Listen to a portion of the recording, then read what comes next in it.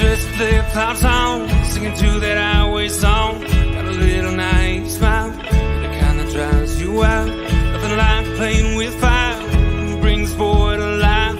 Be with the fuse you light, you're good, you're dynamite.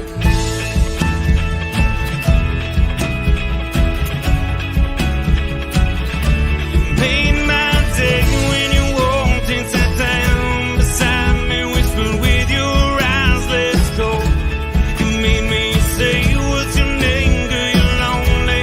Can I call you if I ever go down this road?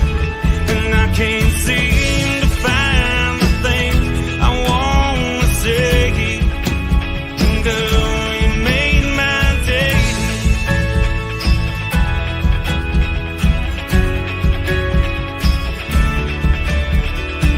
Back on nowhere to go, crank up the radio, no talking all night long. I'm writing you a song. You got the pedal down, can't help but laugh out loud. Two kids ain't going nowhere, it's fast without a care.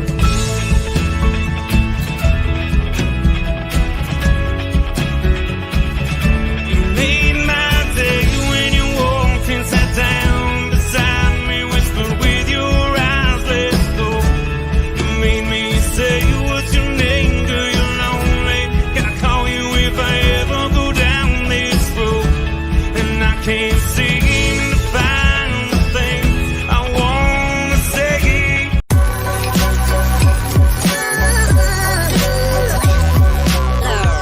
The following is a presentation of the Belly Up Sports Media Network.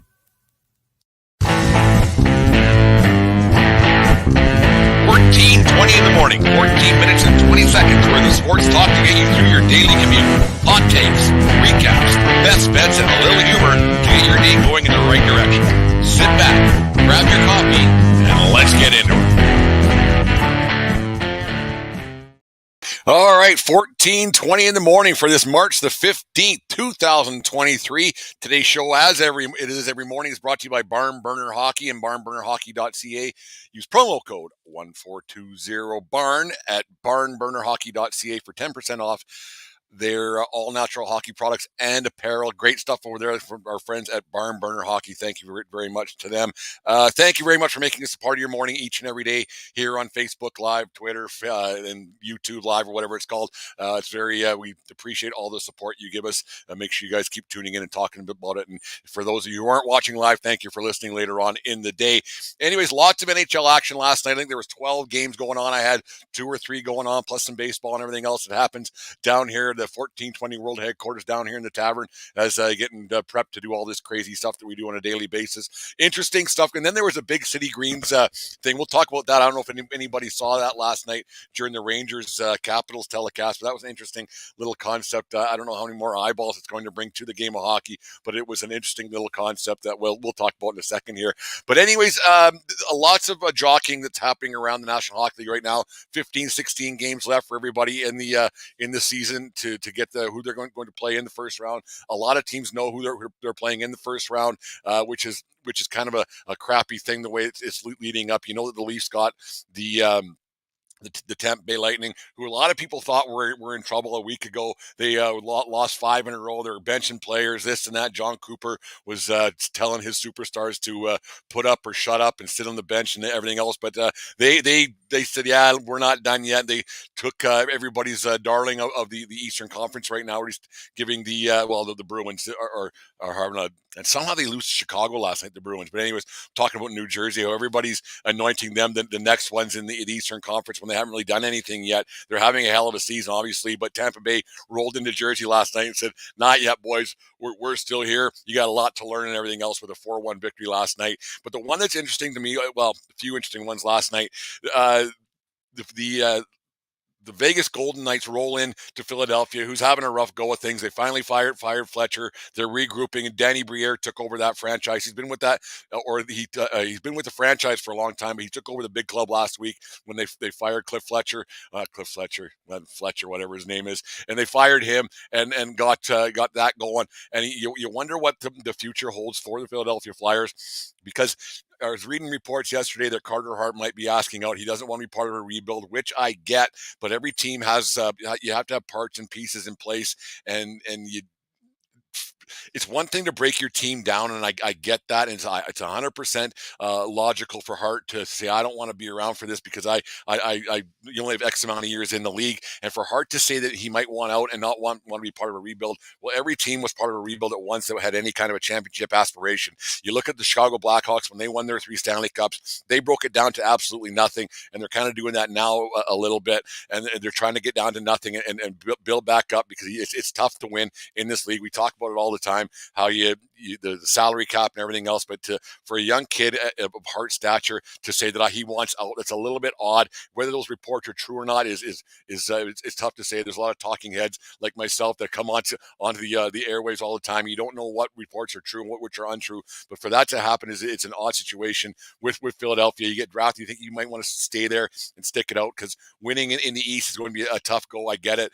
and maybe he sees the same thing we do, that Philly's a lot further away right now than they even are led to believe, and even the players and fan base thinks, and the management team thinks, because it's going to be a gauntlet there for quite a few years in Philadelphia, and the Eastern Conference will be pretty tough to get things done. The move that happened last week with the Jonathan Quick, and we talked about it on 1420 with Dave. The move that happened with Quick going to Columbus and then getting shipped over to Vegas seems to be paying dividends for Vegas right now. Is that the right word? It doesn't much matter. That move is kind of helpful it has helped out a lot for Vegas. They're now in first place in the Pacific Division, a couple points up on LA, which is ironic. Well, I don't know if ironic is the right word, but it's those two teams are battling out for first that division, and Quick might be having one of those hold my beer kind of end of seasons. He's won 4 in a row for Vegas. A big win yesterday in Philly. Like I was saying, Philly's a terrible team, but you win because no matter what, you still got to play the games. It's tough to win every night, but it seems like the Vegas Golden Knights have found a way to get something done, and it would be a little bit poetic to say that Quick go in and boost them up into first place past the Kings, who did Quick a little bit dirty in my opinion. So it's good to see a guy like Quick get some victories and get everything else that's happening there. The one that's disturbing last night, once again, the Calgary Flames. It's not so much the Flames losing that point in overtime to the lowly Arizona Coyotes. I actually watched an entire Arizona game last night for the first time.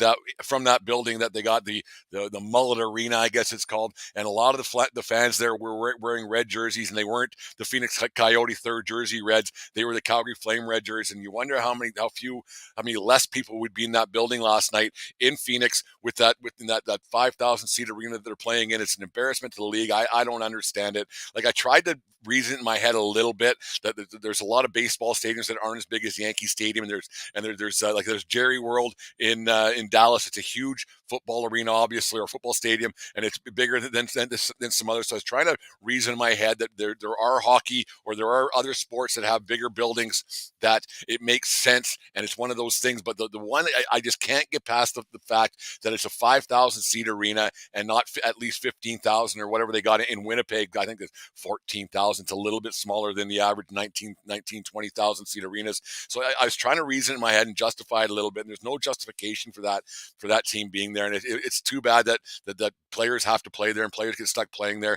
They didn't win the hockey game last night, which is too bad for Calgary. I mean, they're swimming. They're at best. They're gonna they're not gonna eke into the playoffs. It's too bad. They had that tough stretch, and we talked about them a lot on this show, but maybe we give them more airtime than they deserve. Another team that was interesting last night, they won their 5th in a row, and some teams just don't know how to tank, and it's an odd situation that Vancouver does this year after year. They've won 5 in a row. They're now at 61 points, I think it is. If they go 500, the rest of the way, they're going to finish. Guess what?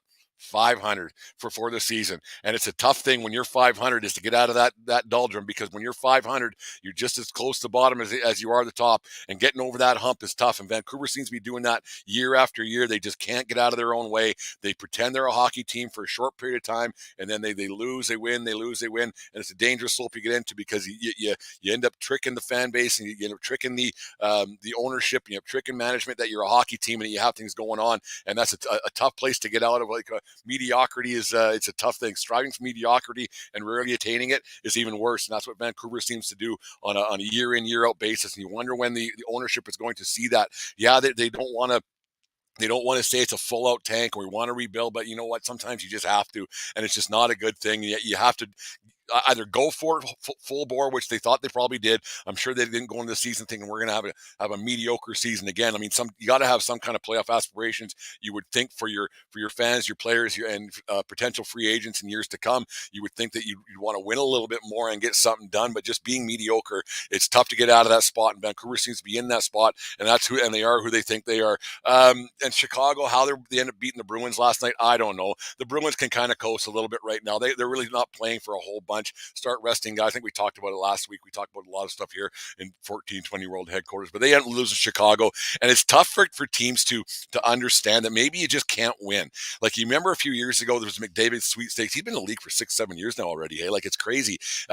When the Sabres were going for tanking for McDavid, and they'd win a game, they were shipping players out. Like, the goalie wins a game, down in the minors. Player gets 2 points, trade him away. Like, they really went for the tanking for McDavid. I'm not saying that Bedard's going to be McDavid, because I don't think anybody's going to be the next McDavid. That's a once in a lifetime kind of deal that we're seeing right now. But when you're getting a draft pick, you got to make sure you get into about the top 4 or 5, because the rest of the guys are just draft picks after that. We talk about it. People talk about that all the time. Like, it's like when you're maybe a top 10 guy, you get those kind of guys. That means a lot to your franchise. But having a guy that's just okay. Like, he's a good pick. He's a good solid second, third liner. It doesn't do you much good in the grand scheme of things, because you still have to build through the rest of the draft, through free agency, and hope some of the guys that you picked up over the years are there. So winning games at this point, it's a tough thing, and that's what Vancouver's doing.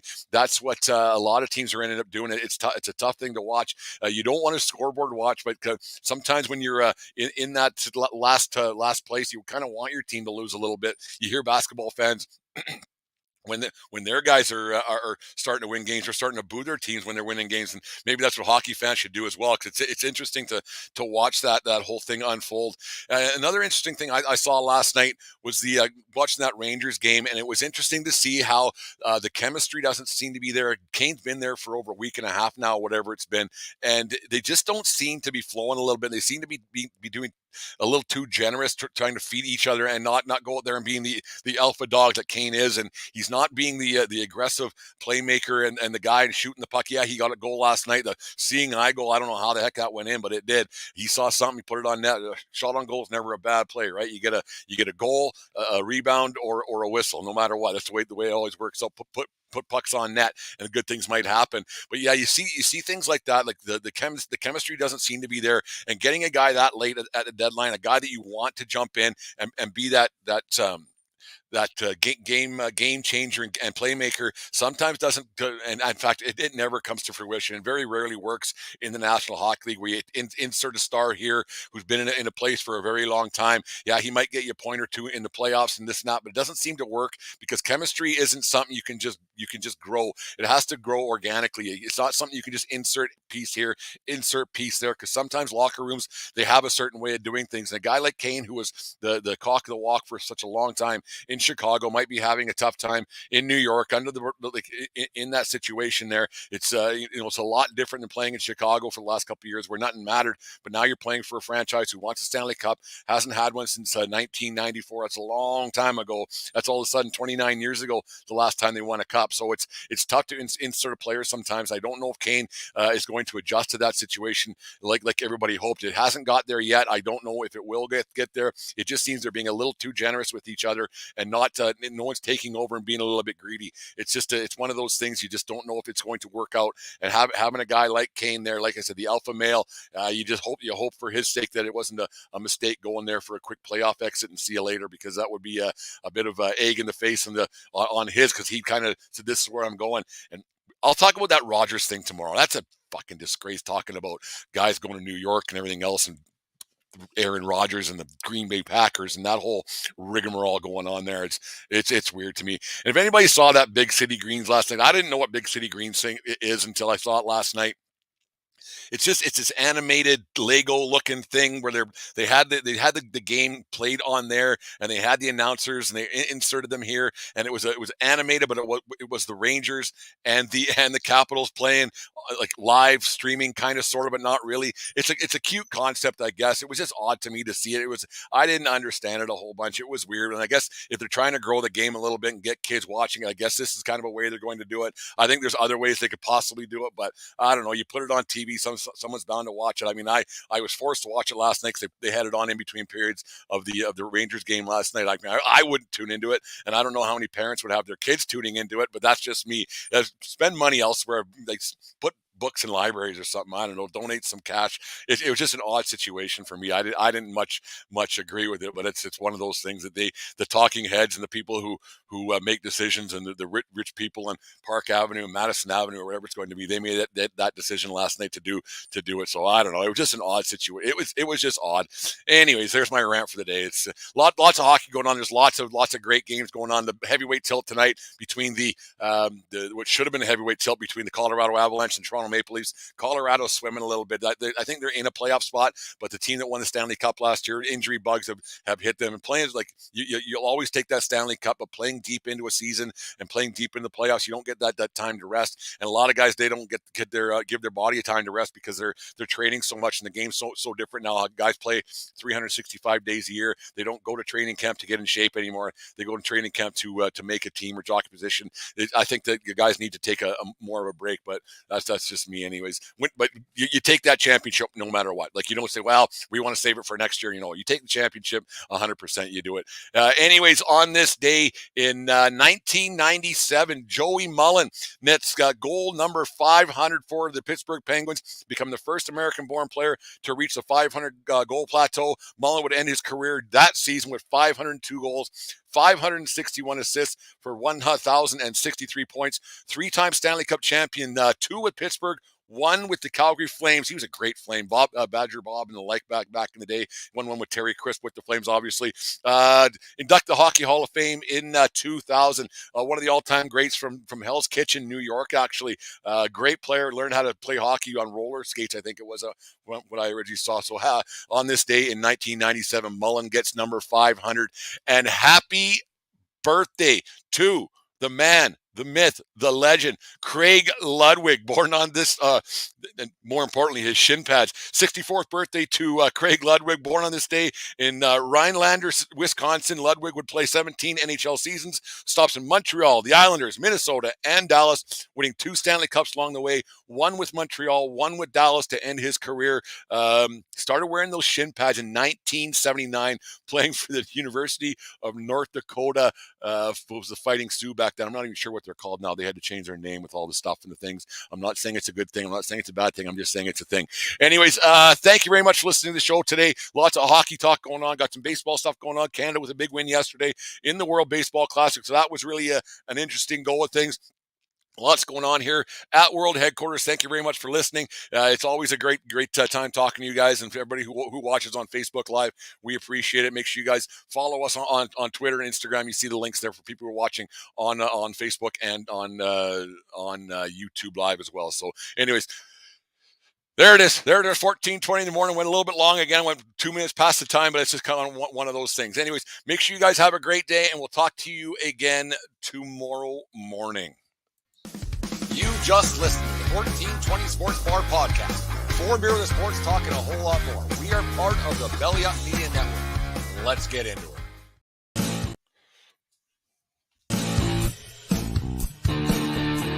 The Flailing Tender Hockey Podcast is happy to have partnered up with Barn Burner Hockey.